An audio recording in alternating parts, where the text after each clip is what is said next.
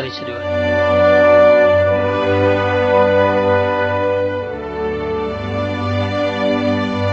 तारीख़ जे वर्कनि तोड़े लोक कथाउनि में सोढन जी साहबीअ दौरान कारूंझर जे हीरे तौर अमर रूपले कोलीअ जो नालो मथां नज़र अचे थो।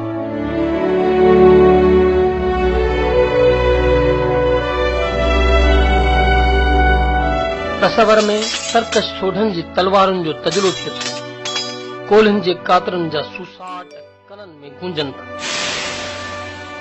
पारकर जे पट खां हज़ारें किलोमीटर परे दफ़न थियल गोरे तरवट ऐं संदसि साथियुनि जूं हॾियूं कब्रुनि में कड़काट कनि थियूं। अंग्रेज साम्राज्य नंढे खंड ते ग़ुलामीअ जा जार विछाईंदे 1843 ईस्वीअ में सिंध जो वॾो हिसो म्याणी ऐं दुबे जे मोरके में मीरनि खे शिकस्त ॾेई खसे वरितो। पर सिंध जे ॾखण ऐं ओभर कुंड ते अमरकोट ऐं पारकर जे पट खे मुकमिल तौर हथवस करण लाइ खेनि 16 साल रुक जा चणा चबणा पिया। राजपूतनि जा नंढा नंढा रजवाड़ा वक़्फे वक़्फे सां बग़ावत जी बाह बणिजी गोरे खे ॻोठनि मां तड़ंदा रहिया। पर बग़ावत जो वॾो भंभट 15 अप्रैल 1859 ईस्वी ते कारूंझर जी ओट में भड़कियो, जंहिं जे शोलनि जो तओ सदियुनि ताईं वतन जे वेरी जे लाइ मिसाल बणिजी वियो। उन्हीअ विच में अंग्रेज साम्राज्य वेढ़ायो ऐं हुकूमत करियो, खरीदियो ऐं खारायो, लक़ब ॾियो ऐं लाचार बणायो जी पॉलिसीअ तहत हज़ारें हुरबा हलाया।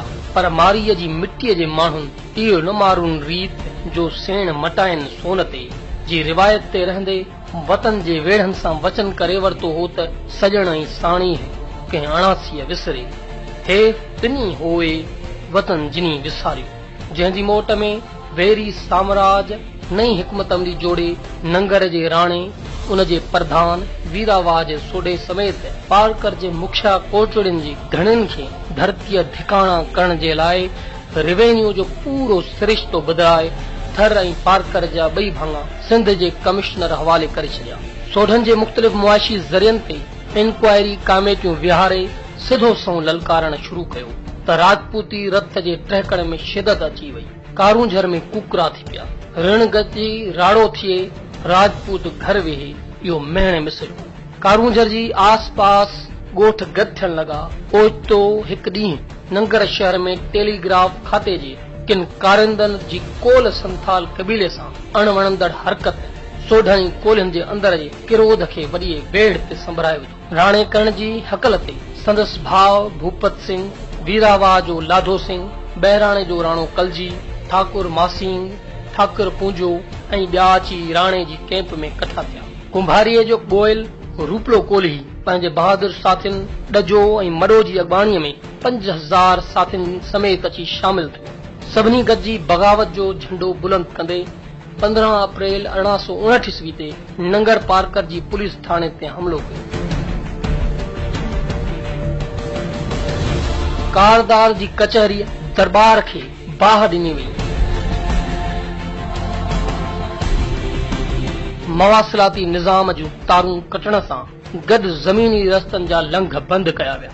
पर उन वक़्त जो मुख़्तियारकार मुंशी ॾियोमल कंहिं तरीक़े उन ही मोरके में पाण बचाइण सां गॾु बेड़ जी उहा ख़बर हैदराबाद मोकिलण में कामयाब थी। कर्नल एवानस तुर्त 3rd बलोच रेजिमेंट जी हिक विंग खे नंगर पार कर वञण जो हुकुम ॾिनो ऐं कुझु तोपखानो कराची मां घुराए रवानो कयो। कर्नल एवानस पाण देसा हैदराबाद ऐं कच्छ खां ईंदड़ मुख़्तलिफ़ फौजनि जी कमांड संभालण जे हुकुम तहत उन्हनि खे 30 अप्रैल ते इस्लाम कोट वेझो अची रसियो। थरपारकर जो डिप्टी कलेक्टर ऐं मैजिस्ट्रेट बि अची कर्नल एवानस सां मिलिया, जिन सां ज़रूरी मालूमात वठण खां पोइ कर्नल एवानस जो काफ़िलो अॻिते वधियो। सोढन अहिड़ा समाचार सुणंदे वतन जे वेरनि खे तड़पाए मारण जे लाइ रस्ते जे खूह में ज़हर विछराए छॾियो। देसा खां ईंदड़ फौज मेजर कोयली जी अॻवाणीअ में सभ खां पहिरीं अची नंगर पारकर पहुती, जंहिंखे सेखत ॾियण जे लाइ सोढन जे हथनि में तलवारूं ऐं कोल्हनि वटि कातरूं ऐं गोफण तयार हुयूं। रुगो अचण जी वेर हुई। उन ही फौज ते 1 मई 1859 ते हमिलो कयो।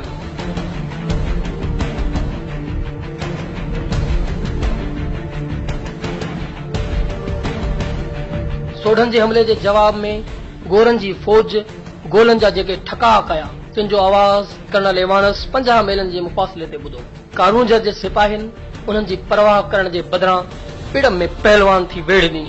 बम्बई ते कर्नल एवानस खे वीरावाह शहर में फ़क़त हिकु सामी नज़र आयो। सॼो शहर सुनसान। भोरेसर जा ठाकुर संत जी ऐं हब जी पंहिंजे वॾड़नि जी रीत रिवायत खे पुठी ॾेई मूं पक सुञाता पंहिंजा हा धारनि सां गॾु धाड़े में वारी कुल छणाईअ में किरदार जा किना थी पंहिंजनि चंद माण्हुनि सां गॾिजी ॿिए ॾींहं ते रस्ते में कर्नल एवानस सां मिलिया ऐं गोरे सां वफ़ादारी कंदे खेसि पहिरें कदम में राणे करण जी जे साथियुनि पारां खूहनि में ज़हर विझण जे अमल खां